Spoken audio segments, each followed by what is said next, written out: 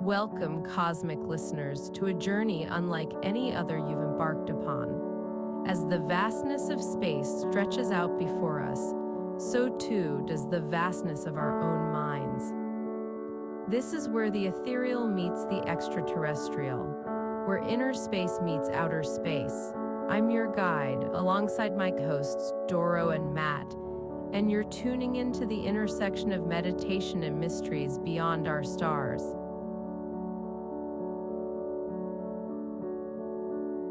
Picture this: a vast universe, ever expanding, filled with stars, galaxies, and possibilities. Now visualize our own minds equally deep, intricate, and filled with untapped potential. What if these two worlds aren't as separate as they seem?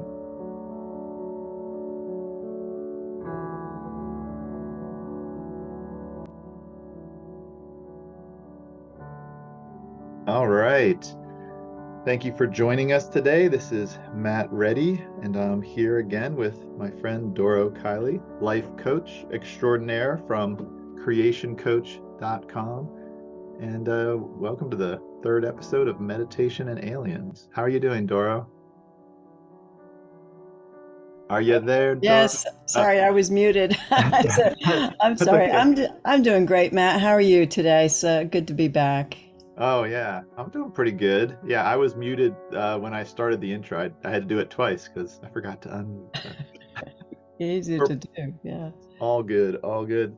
So yeah, I'm excited to talk to you today. I feel like a lot has been happening in the alien disclosure world, and of course, meditation is always an interesting topic to me, and I'm sure we'll touch on that.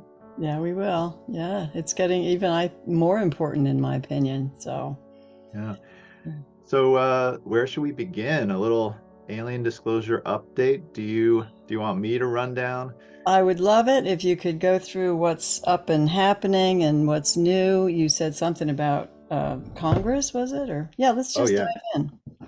Yeah. Well, I mean, I think the short summary of what's happening in the US Congress, um, since we had that hearing about a month and a half ago where David Grush and the two jet pilots gave testimony in a hearing that had, Congressman Burchett, AOC, Congressman Gates, Congresswoman Luna.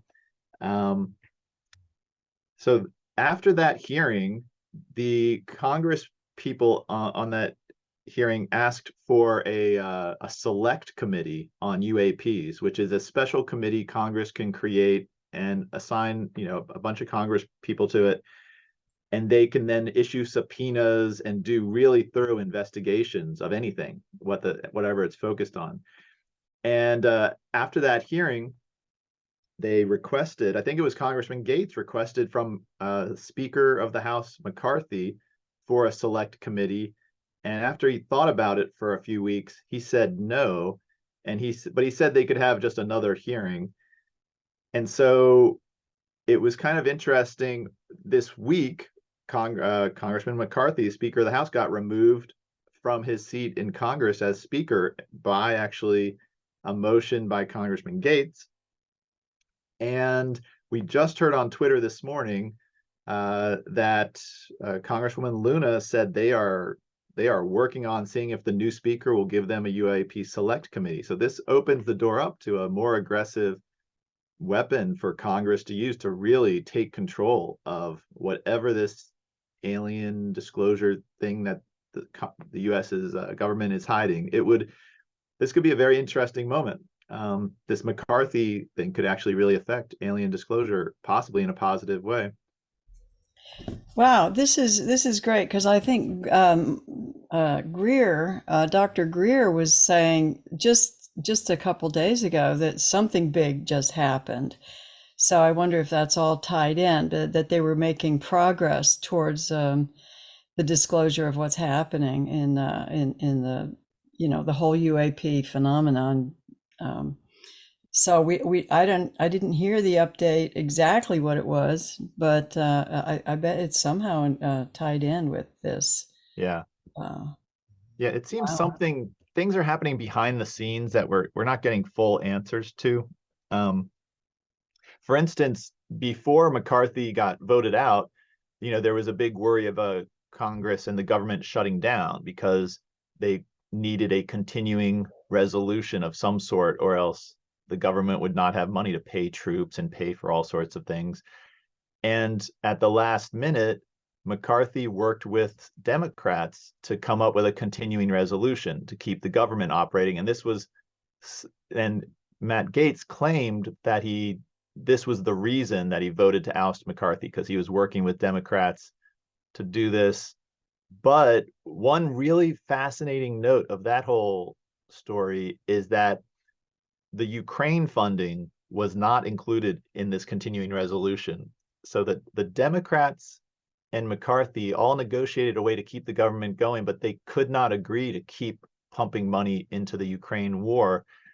And that's really interesting to me, because it seems one of these threads is that the war machine is one of the major drivers of the secret keepers and the military industrial complex. And they seem to clearly want the war in Ukraine, and they want to fund as much US money into this Ukraine situation as possible. And I'm very suspicious of that now. And so I was actually very impressed that Congress was able to keep the government going, but the people that want the war were not able to get them to stick Ukraine funding into that. And so I don't know, that just makes me feel good. Like, you're trying to have Yeah. a good war and you're not getting your money right now. You Yeah. might still get it, but I love that you didn't get it right there. So Well, I'm curious, how do you see all this, the war machine and the Ukraine war all tied in with extraterrestrials? How do you put those together? Where's well, one influencing? Yeah. well, first, I mean, David Grush said it in his News Nation interview. He said it was fueling the war machine, which is basically the concept is that the military corporations, they just get more money if there's some sort of war or conflict going on. So there's just more ability to channel money into their pockets. I mean, I'd hate to think it's always, since 1950, and it's always just been about money. I assume there's something way more important going on Earth that involves the aliens, such as certain pieces of land on Earth being valuable to aliens. Like maybe Ukraine is actually really important in some way to aliens, and it's just a proxy war for that.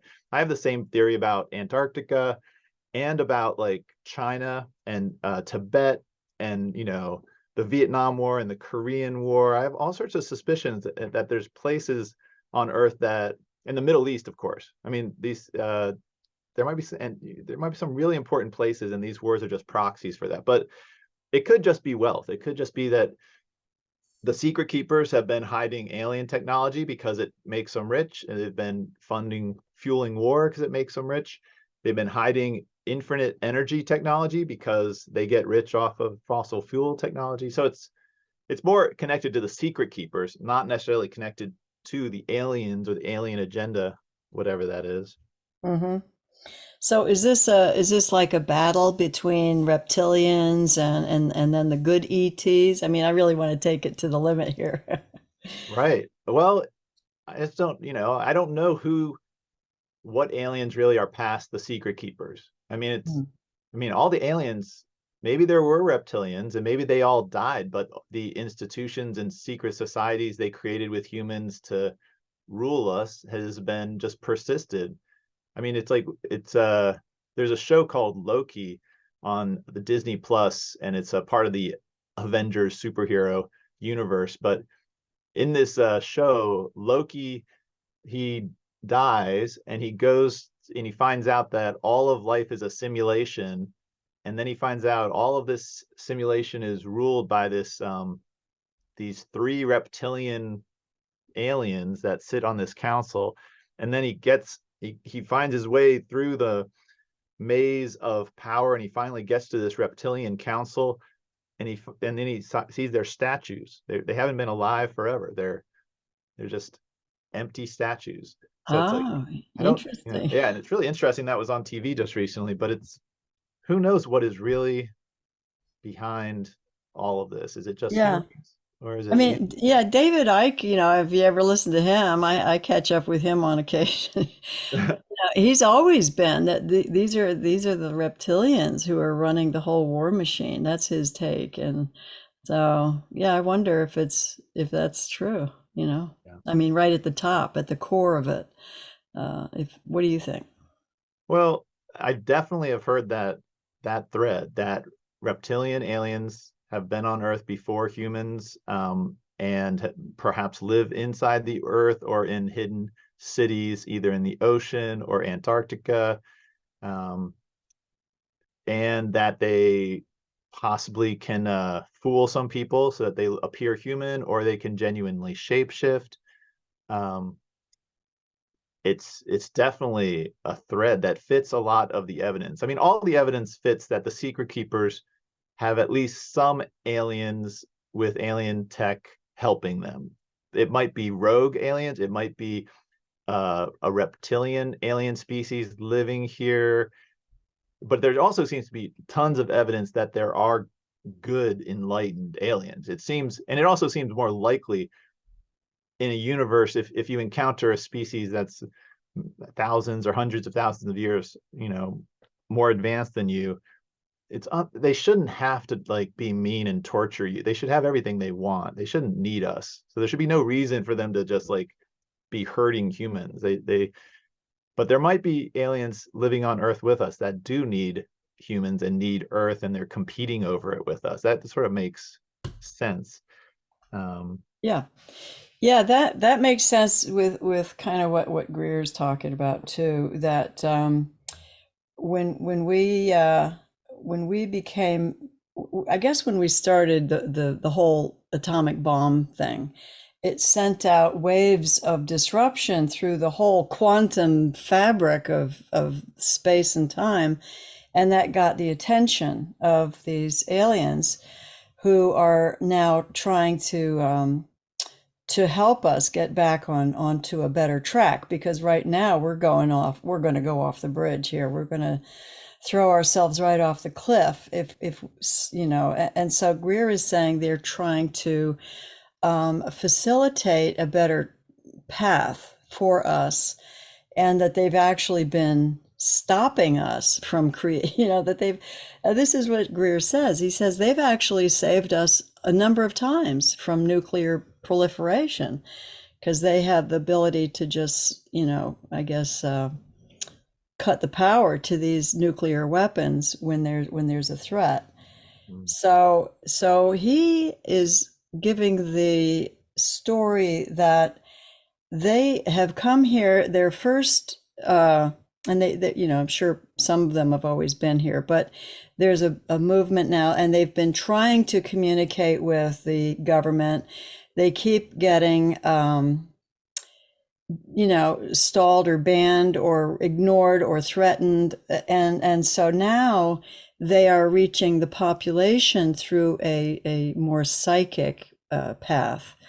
And I can feel it, and I'm wondering if you're picking up anything through Mm. meditation. Oh, I definitely, I mean, in my meditative practice these days, I it feels very, I don't know, loud. But I just don't know if it's just me personally. I have things going on inside me, or like, am I like in the middle of some weird energy, psychic thing going on right now? Because I mean, there is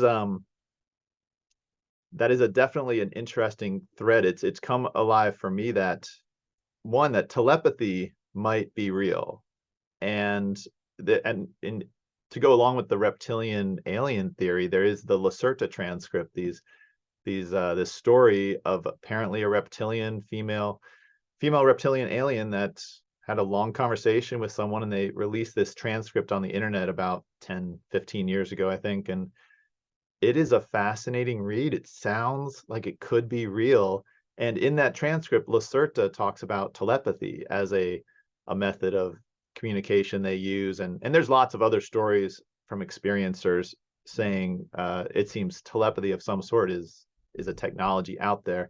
And and for me, that makes me feel like I have to meditate, because I have to um I have to know if I'm alone in my mind. And if I'm not, I want to like communicate with whatever is trying to communicate there, because I won't feel safe in my world if I feel like my mind is somehow a freeway of telepathic others going in and out, and I don't know what they're doing in there, and I would just want to know, just to be at ease. Yeah, that's a big problem right now. Of course, we've always had, commercials are even trying to get into our head. I mean, so there's always been that attempt to influence our thoughts and our thinking and our habits and our buying patterns and all that. But I agree that this what I'm hearing, that this attempt to communicate with us telepathically, I'm feeling like it's getting pretty noisy in my head too. And so I'm having to be pretty intentional about what I'm allowing in and not letting in. Um, so I'm aiming just for the higher resonance tones, and this is why I was just looking at some things on quantum physics and how do we manage all these different portals that we have in our body? We've got all these different ways of vibrating, feeling, resonating. These are all the same words for different notes, you could say, notes on a scale. Mm, Um, so I'm aiming for a higher vibration when I'm allowing things to come through, mm, trying to be deliberate about that. yeah. Um, Well, that is very metaphorical to me of how people use prayer and God. It's a I know it's uh that's not the language you're using, but when I this is an interesting thing to just sort of talk about. The I mean, I was raised Catholic, but I mean a very minimal Catholic, but taught sort of a minimal framework of prayer. And, the gist of it is basically you close your eyes, you basically relax yourself and you speak to God. There's just a little tangent of whether or not you involve Jesus or Mary or anything like that. But for me, I always just was like, I'll just talk to God. And in a in a way, what you're doing when you do that, if you are defining for yourself God as something perfect and beautiful and wise and loving and all knowing and all powerful, it's kind of like defining that vibrational target that you're talking about and aiming for it while you speak. It's like, and then you sort of are reflecting yourself off of that idea. And that's what prayer is, in sort of a when you have a when you believe in a God, it's imagining this positive thing to send your thoughts to, and then trying to listen back to what it's saying to you. yeah, that's powerful. I mean, I'm, there are people who are having difficulty trying to discern and distinguish, one influence from another. And then you have the far spectrum where people are actually becoming schizophrenic and hearing voices and acting out on them, even to the point of doing terrible things. There was a woman, she was so into her, relationship with this inner voice that she defined as God, that she was driving down the road and this inner voice says, just let go of the wheel and close your eyes. And she thought it was the real voice of God. And so she closed her eyes and, of course, ran into a sidewalk and killed somebody. So we have to be careful about what we are believing, what we are allowing, and it can get pretty confusing. And I think the what you're saying about prayer is just reaching higher for love and light. If something in your head is making you feel questioning, nervous, frightened, that's pulling you down into the lower energies, and that's not taking you in the right direction.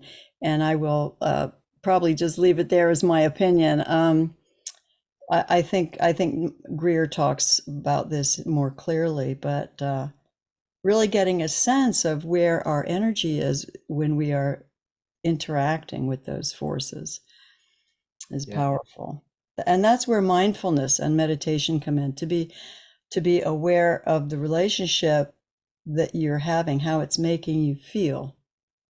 And if it's in alignment and it feels right on and it feels good, then you can listen. That would be my take on it. Yeah. Well, I mean, yeah, for me, meditation has become such a, it's such a exercise of trying to listen to that highest vibration and figure out. I mean, I literally like find myself wondering, okay, if I actually felt like something that seemed to be coming out of this God targeting that I'm trying to have this conversation in my mind, if it really spoke back to me and just told me what to do, would I believe it or would I be like suspicious? Okay, something is trying to get back to me and tell me completely what to do, and just surrender all my faith into trusting it to tell me and guide me. That's really a powerful point, because if it's telling you to do something, and this is sort of a general rule of thumb, if it's telling you to do something, whether you like it or not, that's just your own brain playing tricks on you. What they can do is make suggestions.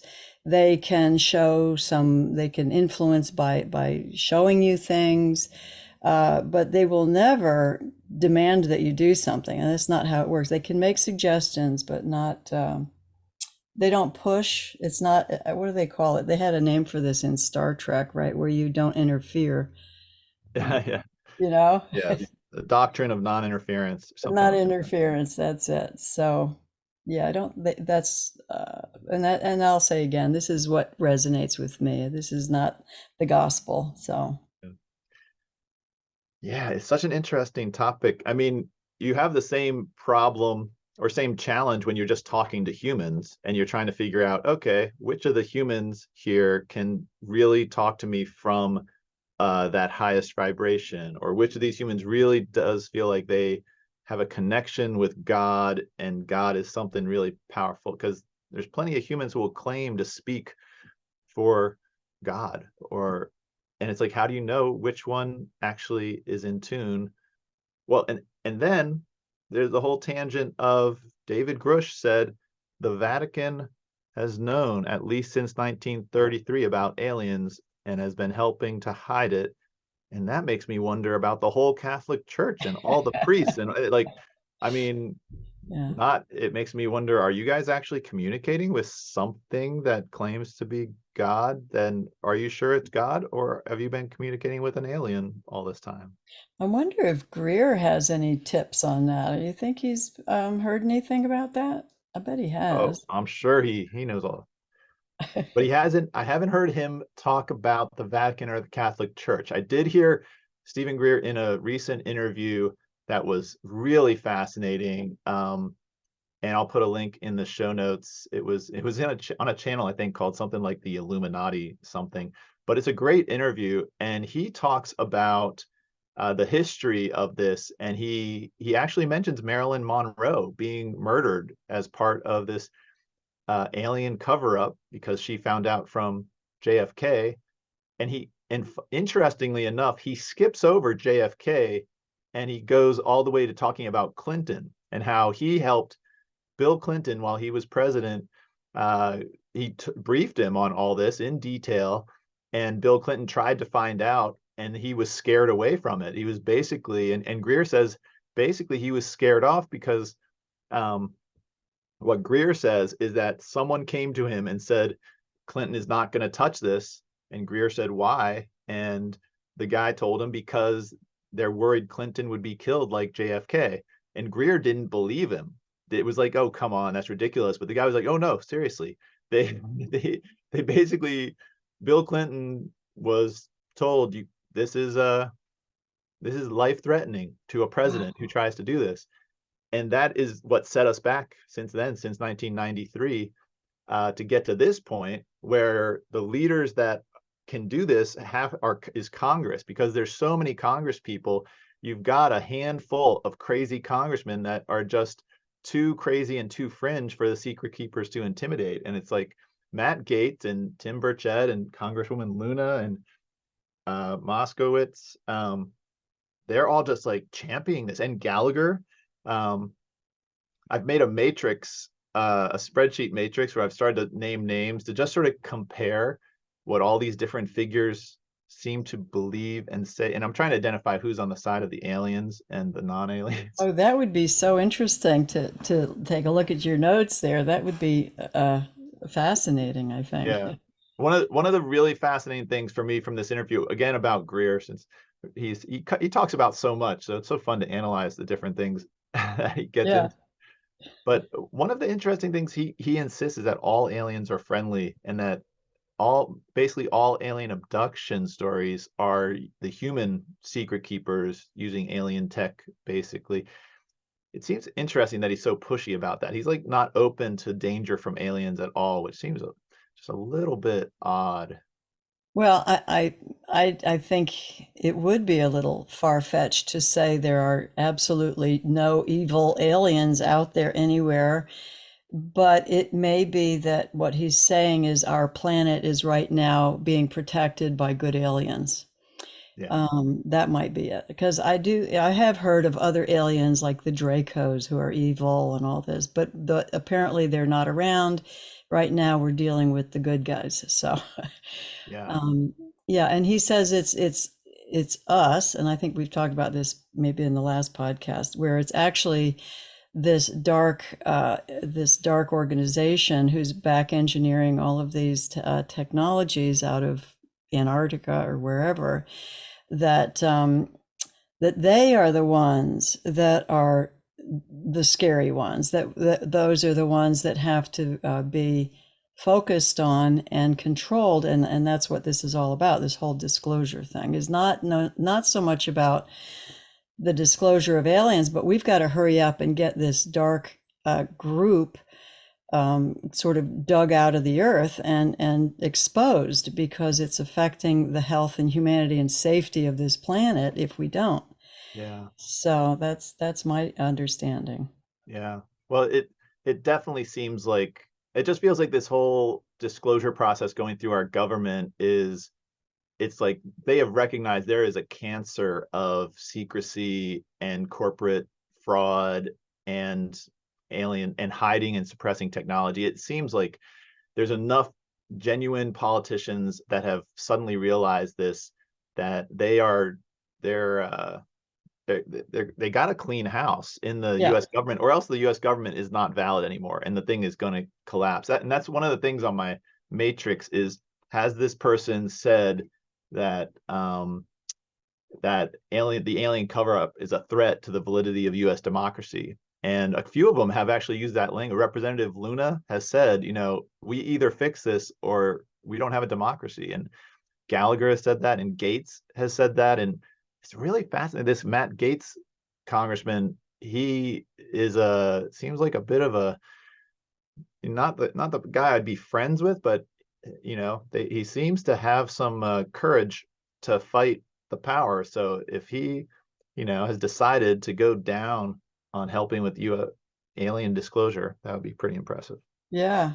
But Oh, wow. I mean, it's just amazing, because I do think since there's been these congressional hearings that the curtain is pulled back, and now it's like everybody's looking, and you and I are talking about it. Everybody's like, yeah, they're there. It's like they're not, they can't hide. The question is, how deep does the root go? How far down is it? And but they can't hide because so much attention is being put on them right now. And as Greer said, something significant has just happened in terms of disclosure. So I'm on pins and needles to find out what that was. yeah. But it has to be uprooted, and Yeah. there's no other way. Otherwise, we're just going to deteriorate. Yeah, and it looks like this has to come out more and more during this presidential season. Yeah. It's a couple. I mean, Ramaswamy has said he's in favor of full disclosure. Christie says it's like a joke. Trump is sort of, he used to say he would disclose aliens, but he never did. So I feel like this is going to come up. And and Kennedy just went independent to run independent from the Democratic Party because they Yeah, aren't. that was big. So I feel like, and then Marco Rubio in the Senate is really a strong voice for disclosure, and he ran for president last time around. He hasn't declared yet, but I would not be surprised if there is a big break in alien disclosure, and then Rubio says, while championing it, he says, "I'm going to go ahead and run for president again." I don't know. So how important do you think it is that the disclosure come directly through the president announcing it? They are here. Um, I mean, I think it's just it has to. The president at some point has to speak on it. It'll really help legitimize it globally. There'll still be plenty of people that are suspicious, but I think a lot of this ties to money. I think they're worried about like basically, like the stock market just collapsing if this is revealed too quickly. And so there's a lot of, I mean, and there's people saying, I think someone said, and this might have come out of the Greer interview. He said something like, if this was disclosed too quickly, the governments would collapse and no one would go to work within like 2 weeks. It would just be like, it would almost be sort of like a collapse of civilization. I don't know if that's like true, but I think there's like fear that there could be cascading impacts if we shock people too quickly. Do you believe that? No, I think we're No, past that. I neither. think Yeah. humanity is it seems like we're entering a crisis point where everyone is just like needs answers and needs truth and needs to trust somebody and find media to trust. I feel like humanity right now is choking on mainstream media's lying and fraud, and is like just like has to give birth to a whole new way of communicating and trusting each other about what's true. Wow.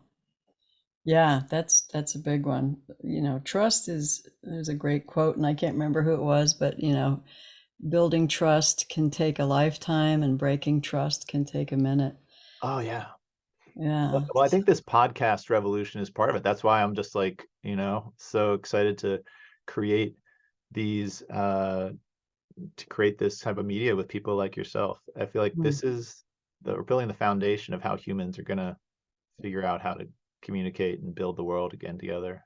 I think that these extraterrestrials are using this. I was just listening to all these quantum physics shows on YouTube that they use this quantum fabric, this quantum entanglement. What's another word for it? This quantum interaction. There's another word for it. Anyway, so they use that as a means of communicating with us when our mind is quiet. Mm. It's like I've heard it described as a spider web where you've got the spider in the middle and a fly lands on the web on the outside string, and the spider feels it. So you could relate to that as almost quantum entanglement. It's like one thing happens somewhere and then something else happens, the same thing somewhere else. They're related to each other. I think that's called quantum entanglement. And that somehow these extraterrestrials are able to communicate with us through resonating our quantum entangled strings, I guess. And the way they do that, the theory is that it's through the pineal gland, which is supposedly, well, not even supposedly, they're saying pretty definitely this is what the icon is of the pine cone that sits outside the Vatican, and the pine cone that is represented in the Sumerian carvings of the Anunnaki. You can see these Anunnaki standing behind someone holding a pine cone, pointing it at the back of their neck. And there are a number of pictorial, engravings of those days showing the Anunnaki doing this, and they all have these little pine cones in their hand pointing it. And they're saying this is something that is resonating with our pineal gland in our own brain. It's like we're the antenna, and they are tuning to us and sending these packets of information, which we can pick up when we are in a good silent meditation. Yeah, when you look at the Sumerian carvings of the Anunnaki, look for those pine cones. You'll see them holding them and pointing them deliberately, and it's always at the back of the neck. And there are other, symbolic things of the pine cone. It's representing the pineal gland. That makes so much sense. That is so interesting. Just makes me so ready to meditate also. Yes, yes. Yeah. So, do you how do you feel about me live streaming your guided meditation into a Twitter space? And that way it would just be recorded there for people. There wouldn't be anyone live joining, but it would be there instantly for people to be able to listen to. Sure, that's That'd be all right. fine. Yeah. Okay. I'm going to start a little Twitter space is going. And there, we are live in Twitter, and we are welcome anyone in the future Twitterverse that listens in. This is the conclusion of episode 3 of Meditation and Aliens, and Doro Kiley, life coach extraordinaire, is going to do a guided meditation as she always does for the conclusion of our show. Thanks, Matt. So we'll start this meditation just by finding a comfortable position. And that could be whatever you're doing. It could be sitting, it could even be standing. The Buddha said you could do meditation standing, walking, sitting, or lying down. So whatever's comfortable, find your comfort place right now. And we'll do, what should we do, about 15 minutes, Matt? That'd be great. Okay. So we can do this with eyes open or closed. If your eyes are open, let's make that just a kind of an unfocused, maybe downward gaze. So you're not looking at anything in particular, just sort of relaxing your eyes. We're going to start coming around and just witnessing where we are, becoming present, calling back our energy into the present moment. So I'm going to ring a little bell, and we'll just follow that for a minute. And while we're following it, just notice our breath.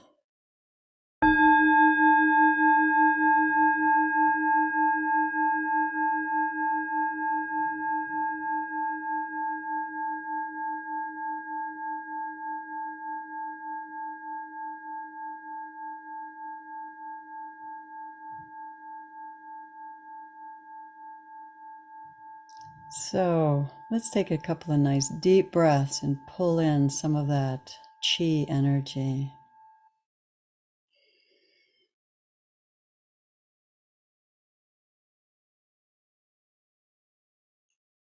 So I'm hearing more and more teachers confirming their sense that chi, which is the electric energy or the electromagnetic energy that surrounds everything and permeates everything, is actually where our consciousness is.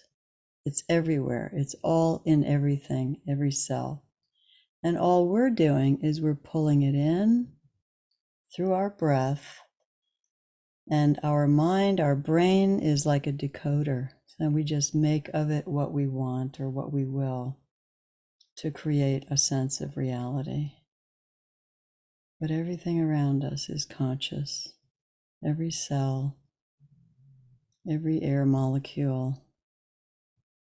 So let's just sit for a minute with our breath and sense this aliveness that's everywhere. Breathing in, breathing out. There'd be a sense of ease, gentle, simple, like a butterfly on a flower, just rocking back and forth with a breeze. Breathing in, breathing out.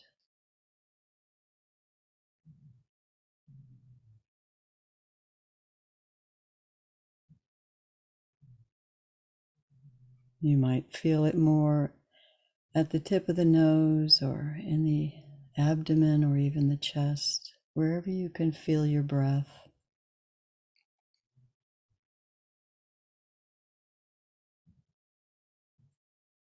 Drawing in that conscious energy.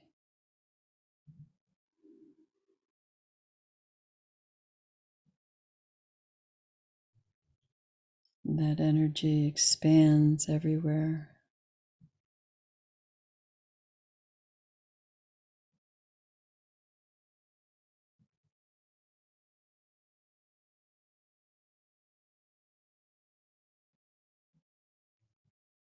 We can feel it in our hands.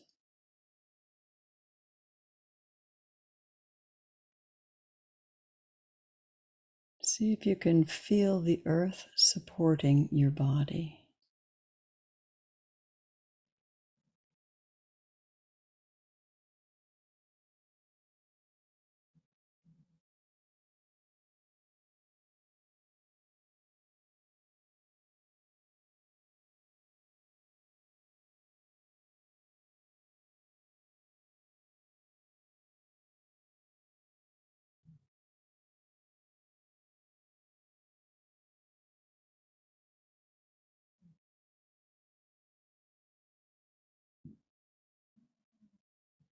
See if you can feel the air touching your skin.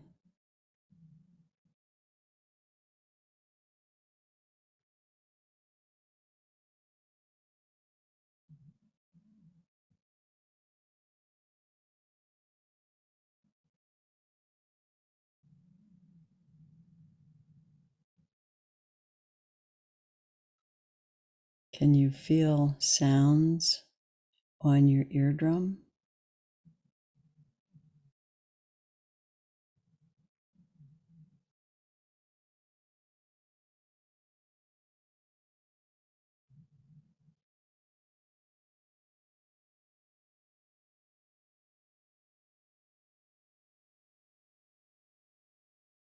Sometimes when you're quiet, you can feel your heart beating.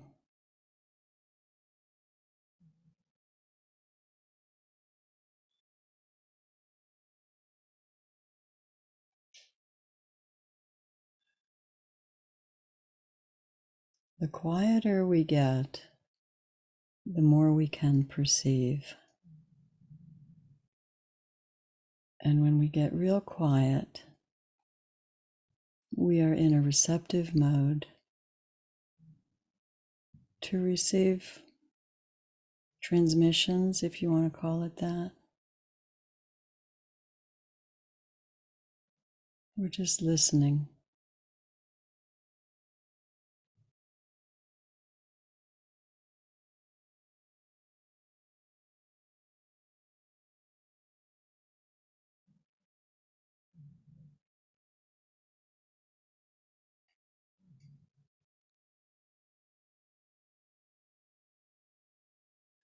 We also want to be aware of our general feeling tone. Are we feeling anxious or sleepy or relaxed or happy?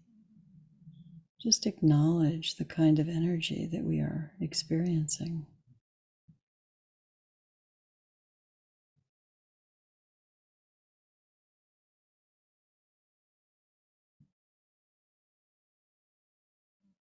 And we'll just hold that with a soft intention.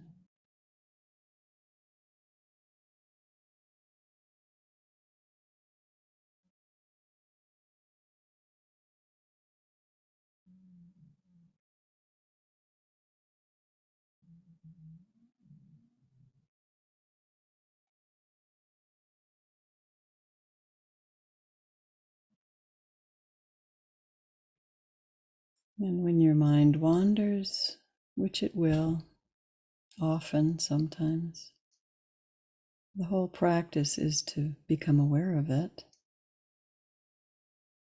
to see that you have been carried off by a thought or a train of thoughts, just to be aware of it and say, oh, there I go again. And that's okay, that's normal. But then to be able to bring it back.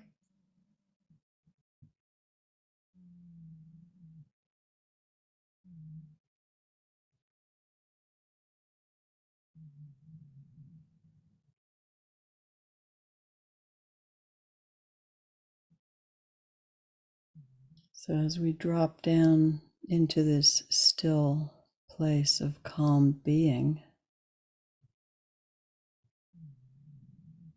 where life is very obvious and shimmering all around us, as we can hang out in this place, this is our place of reception. And we can just set the intention of making ourselves available for any guidance coming from a higher consciousness.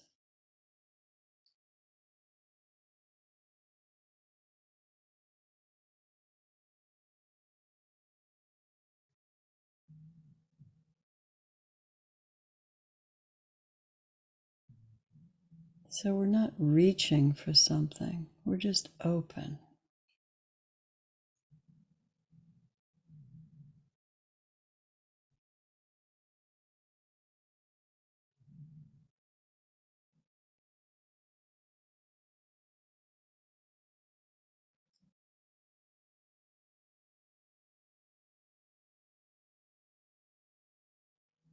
Maybe holding in your mind or your heart a wish, an intention to have greater understanding.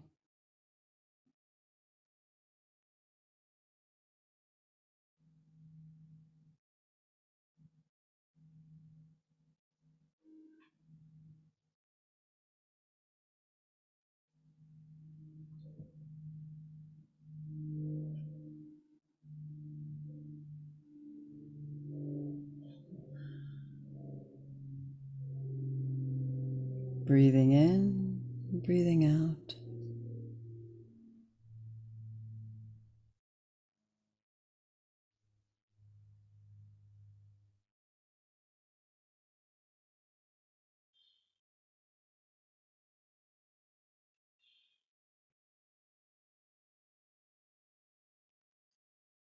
So it's in this deep place of quiet stillness, with an open heart, open mind,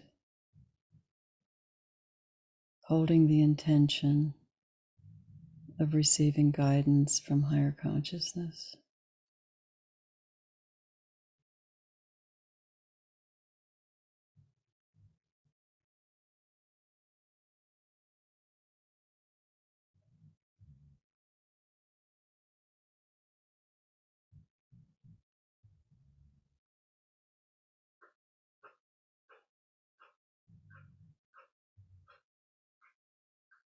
And the guidance we seek is not necessarily a to-do list or anything to do.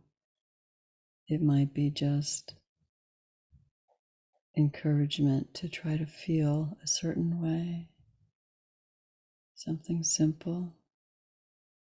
Or you might just get a big download and suddenly understand everything.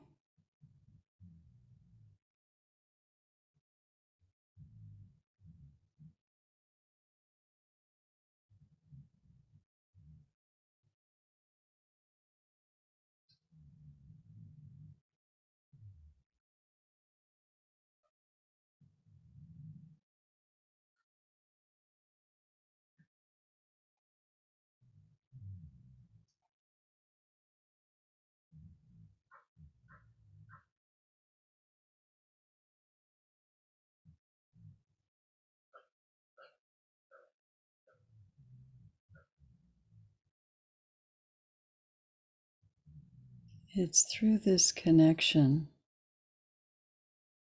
that we can begin to envision a more beautiful world. And when I say envision, I guess I'm not really meaning figuring out, hierarchies or anything like that, but just that feeling of being safe with other humans, comfortable around a lot of people, just people being good to each other.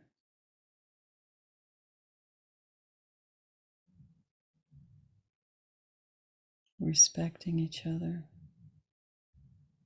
that sense of happiness.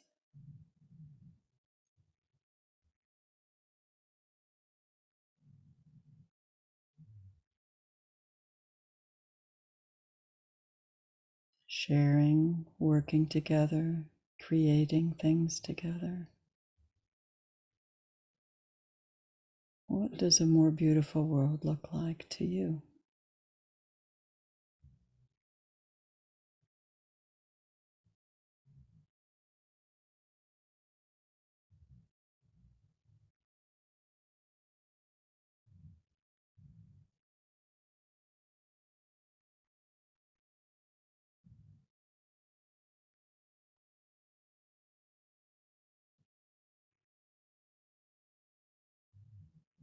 So as you go deeper and tune into any higher consciousness, you might actually find a friend. Many people would call them guardian angels or guides. These could very well be higher consciousness extraterrestrials.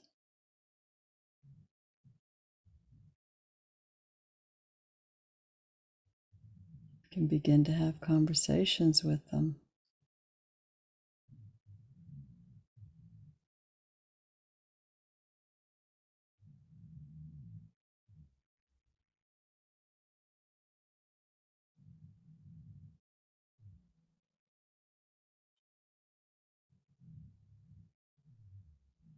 By my experience, when there's a communication happening, there's almost a sense of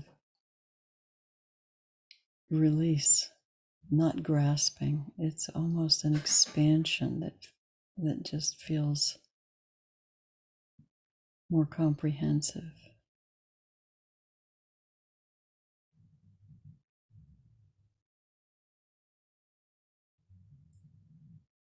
And it's not necessarily in a language per se. It feels more like a memory, remembering the way it is.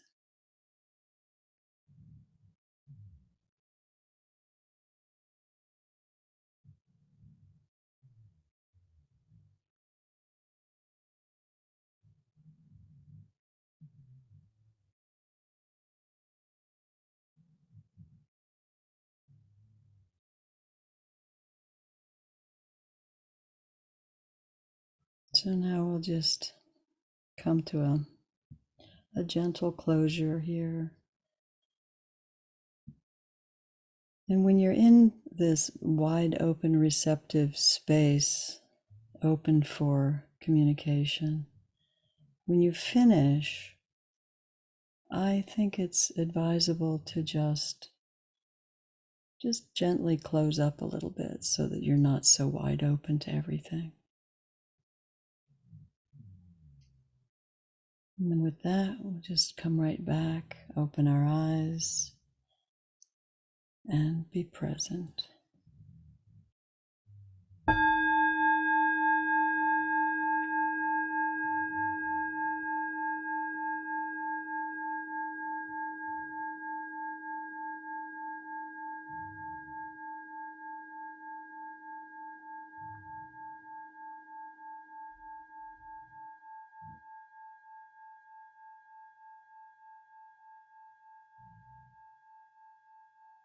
Thanks, Matt. Thank you so much. All right. Till next time. All right. Take care. You too. Bye. Bye.